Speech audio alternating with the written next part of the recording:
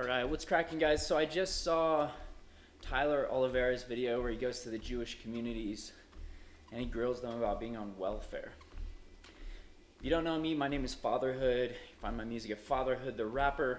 You can find me on here at Parables of Josh. I'm just a cool guy doing cool guy things. Anyway, I have 6 children. I have a beautiful home. I live in colorful Colorado. I own some businesses, but it hasn't always been this way. For a long time, me and my family were on WIC, and we lived in a, what are they called? Like reduced, dude, for a while at the time I had 3 kids and another one on the way, and we lived in one of those government housing, reduced housing facilities where we paid $1,000 a month for a 1-bedroom apartment. And it was so bad that I wasn't actually allowed to live there because we had too many people. So I slept in my car. I was only allowed to be there for like a week at a time, and then I would have to go sleep in my car for a week so we didn't get thrown out. And we did that for a whole 14 months. My parents moved into a new house. It was being built, and I literally squatted in their new house while it was being built.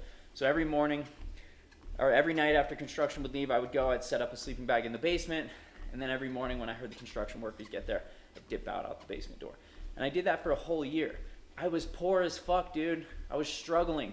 My next business was a home service business, and that afforded me the opportunity to build a much better life in the home service business. We were able to make $30K a month. We were able to do all these really cool things. But I want to let you in on a secret. And this is going to sting for a lot of you.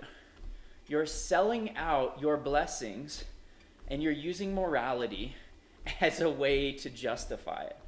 And the Jews have figured this out. At the end of the day, most white people, white Americans, right? I'm a white American, so that's what I'm going to speak for. Most white Americans think that they're so smart and that they're such morally correct people that they would never accept welfare. I used to be one of these people. They think welfare is bad. They go, oh, well Tyler Oliveira, his argument was, I'm paying for your fucking kids? It's like, no, Tyler Oliveira, you're paying for a genocide in Gaza. You're paying for the destabilization of the Latin American countries, Southeast Asia. You are paying for a war machine, and then 1% of that is paying for the welfare of Americans, right? So it's selective outrage. That's the first piece of the pie. But also, the average lifespan in the United States is like 73 years old, something like that. Maybe it's gone up. I'm doubtful of that, but mid-70s. Tyler Oliveira is in his 30s. So what does that mean? Tyler Oliveira has 30-something years left to live, right? And then he's dead. And most Americans who are choosing to abstain from having children, they're going to be dead in the next 30 to 50 years. These Jewish communities that have on average 7 children, their legacy is going to continue for hundreds of years. It's just a waiting game.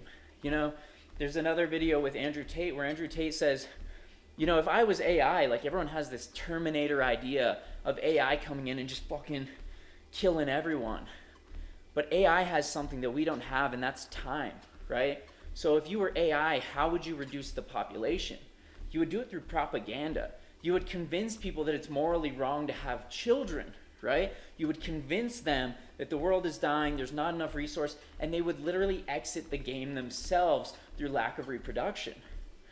These Jews are going to outlive you because you're morally, you are inclined to believe you're morally correct. Guess what? Welfare has always been here. It'll always be here in some form or another. Take it from someone with 6 kids who was on welfare. Now I have a lot of money. I'm very successful. I give back, and I'm able to be a member of a community in a way I never was. And I would happily give most of my money to other people in order to help them also reap the rewards and the benefits of having a big family. I have 6 kids, bro.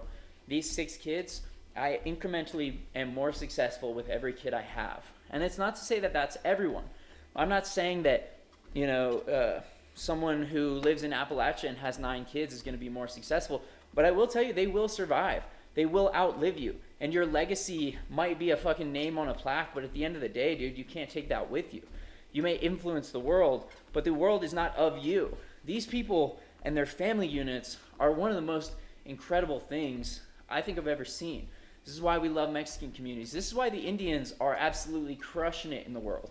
This is why every single demographic that is crushing it, that you're being taught to hate, I've seen Tyler Oliveira's videos on the Somalis also. Every single one of these demographics, they're outbreeding you.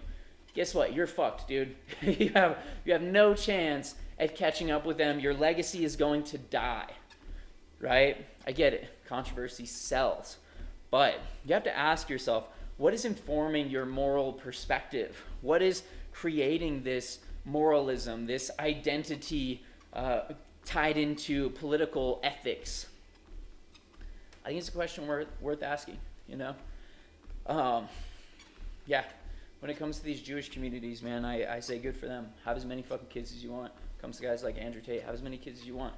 Having kids is one of the greatest things you can do. It's also, generally speaking, when a government tells you not to do something, that's when you should do it, right? Look at economic collapses of the past. When the government says, hey, stop buying gold and silver, those are bad, buy silver bonds, that's when you fucking need to hoard gold and silver and not buy silver bonds. When the government tells you not to use a substance, a psychedelic substance, that's when you fucking start exploring a relationship with that substance. When the government tells you not to kill your own food, that's when you start killing your own food. When your government tells you not to homeschool your kids, that's when you homeschool your kids. And we can sit here, and again, every argument for this is rooted in, or against this, is rooted in moralism. We live in a fucking subjective world, bro. Your moralism means absolutely nothing, and ultimately, it's a waiting game. All I have to do is outweight you. Your morals mean nothing when you're dead. And my morals continue to live on because I have 6 children. These Jewish families, their morals will continue to live on because they have many children. It's funny, my broom just fell over. That's the ghost of future me saying, be careful, dude. Don't put this shit on the internet. People are crazy these days. You guys get fucking weird, you know? I talk about having 6 kids. I hear the same shit every time. Oh, man, how could you afford that? That's crazy. Motherfucker, life finds a way, dude. Right? If you suck with one kid, like, I'm sorry, you're missing the fucking point. And I've been there, dude. I've been there. But I'm telling you, not having kids is not the option. It's not what you think it is. Oftentimes, there's also this perspective that I've learned from playing chess against really talented chess players. I used to have this guy I worked with. I worked at an airport for a while, de-icing airplanes. And I worked with this dude who was like a world champion chess player. The guy was phenomenal. And I realized, after playing hundreds of times with him, that every time I think I'm making a decision on my own volition, it's actually him giving me a series of choices that he's already analyzed and created a response to. No choice is actually my own when I'm playing against a superior player. And so, if you have this deep ingrained identity that's tied to some sort of moralism, the odds are a superior player has laid that framework out for you. You didn't make that choice on your own. This is why there's such a strong argument for psychedelics. If you want to break down psychedelics in any way, shape, or form, it's awareness. Awareness is the cornerstone. It's what psychedelics should provide for you. The use of the sacrament should give you awareness. And then once you have this awareness and discernment, now you have this incredible thing called agency. When you have agency, you get to make choices on your own. You get to stop thinking about your government. You get to stop thinking about mom and dad. You get to stop thinking about your neighbors. And you get to make actual choices that come from you. In today's day and age, especially in the media age, most people aren't making decisions that come from themselves. They're making decisions that stem from some sort of digital consumption. I mean, think about it, dude. Every time I'm at the gym, I joke, I do youth outreach. There's like 3 or 4 kids who are 18 who I sit and talk in the sauna with, and they're all doing tremendous things. They own apps, they have personal brands, they have all this, but I always check them, like looking in the mirror, like flexing, looking at themselves. They look at everyone, dude. And so it begs the question, are they doing this because it came from them, or are they doing this because the media they consumed informed them that this is what they should be doing? Is it a bad thing? No, it's not a bad thing. They're into health and fitness, and they're into God. Like, good for them. That's a great place to be when you're 18 years old. But what happens is, oftentimes, if I want to persuade someone, right, we can go back to sales with this. If you see my other videos, I talk a little bit about sales as someone who owned a home service video that mostly generated our revenue from door-to-door sales. When it comes to sales, you want to break sales patterns, make people comfortable, and then you hit them with, whatever you're selling to them. And you want to make it so it's like very smooth transitions between each of these waypoints, right? And so the truth is if you're being convinced by stimuli, by digital information to do one thing, it very well could be breaking the sales pattern, getting you comfortable, so when the next bit of information comes, you more easily say yes to that. And I learned this from many, many businesses that I started. I was one of the people who paid for Tai Lopez's course in 2016. I was really into that. I got super into self-development. I started an ad agency. I did all of this stuff. And then I went bing, bing, bing, bing, bing to all these different, drop shipping, wholesaling, all these different things. I went through the motions of all of these, and then I realized, I opened the door by finding one thing, and then the door was open, and all of a sudden, all of these things are coming in. And so I still had to use that discernment in order to focus my energy and attention. Because at the end of the day, dude, energy and attention is all you have. If you can't focus on something, you can't create. If you can't create, you might be in a tight spot, dude. You might be in a spot where there are no options. People talk about health. What is health? Health is just the ability to choose. Creation is one of the greatest gifts we have as humans. We'll tie it back into the idea of having children. There is no stipulation for creation. The monkey mind and the societal programming tells us in order for me to create, I have to have things.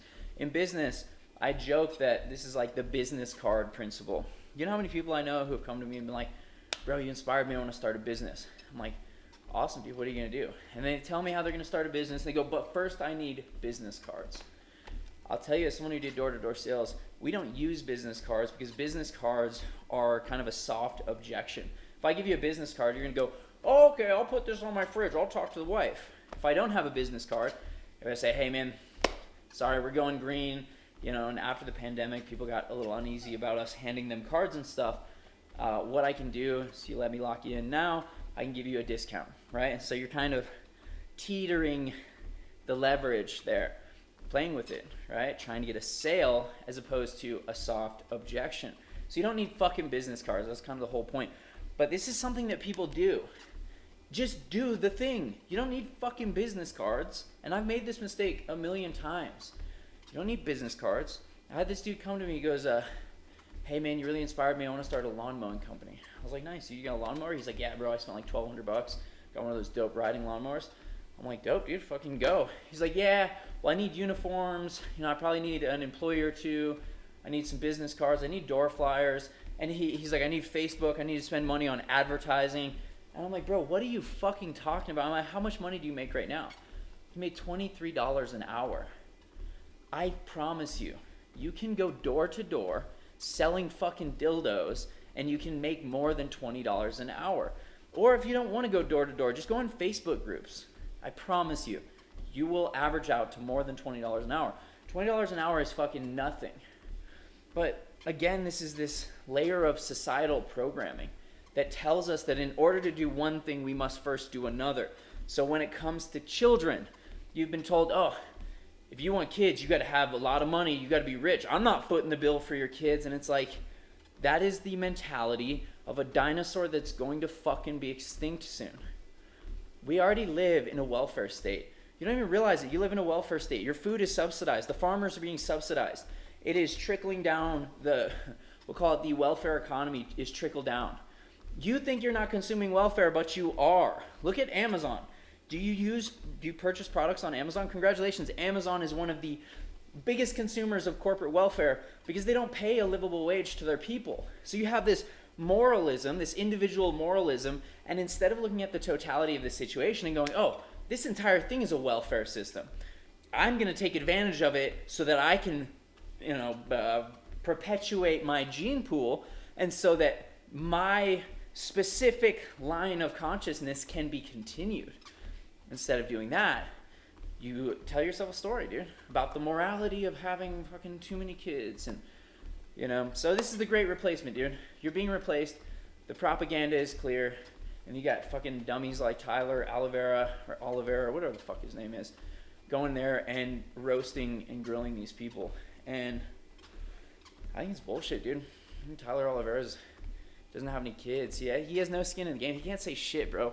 You got no kids, you fucking useless human. That one's gonna offend some people too. It's true. If you have no kids, you're missing the fucking point of being a human. It's the same idea. We've got this culture that says, go have fun. The point of life is to do what you love. Fucking no, it's not, bro. What happened to our cultural identity and our connection to the force of creation which brought us each here? Every single fucking person you know came here because someone got fucked and got pregnant and birthed a child and then raised that child by whatever means and in whatever fashion they chose to. That's how you got here. That's it. They worked hard. They created. They didn't just go have a bunch of fun. Maybe some of them had some fun along the way. I'm not saying don't have fun, but we've traded this idea, this obligation to the creation of human life, and we've gone, I just want to have a good time. It's like, cool, bro. Yeah, have a good time. Fucking peace out, dude. Me and my fucking gene pool are going to continue on. We're going to flourish. We're going to build a fucking kingdom. And that'll be it, dude. That's the end of it. Hey, what's up? Come here. Are any of the kids home? Do you like my setup? Isn't this great? I'm talking to the internet. I'm telling the internet that moralism is a fucking curse and that not having kids because you think it's morally bad.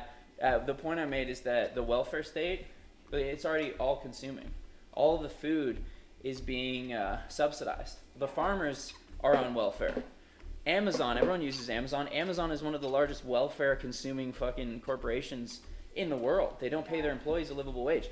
So you're already participating in the welfare state. So to turn around, I'm responding to Tyler Oliveira's video where he goes and interviews all the Jews and goes like, how can you afford 7 kids? Are you on benefits? I'm paying for your kids. It's like, you fucking pussy. You're going to die. Your lineage is going to dry up. You have no legacy. And then you turn around and you judge these people who understand that this whole system is a fucking welfare system. Yeah. So whether you're morally opposed to it or actively participating, what actually matters, right? Especially it's fucking, there's no gold standard. The currency's fiat. Like, what actually matters is the procreation of good consciousness. And so if you're such a good person and you're so conscious, you should fucking procreate. Yeah.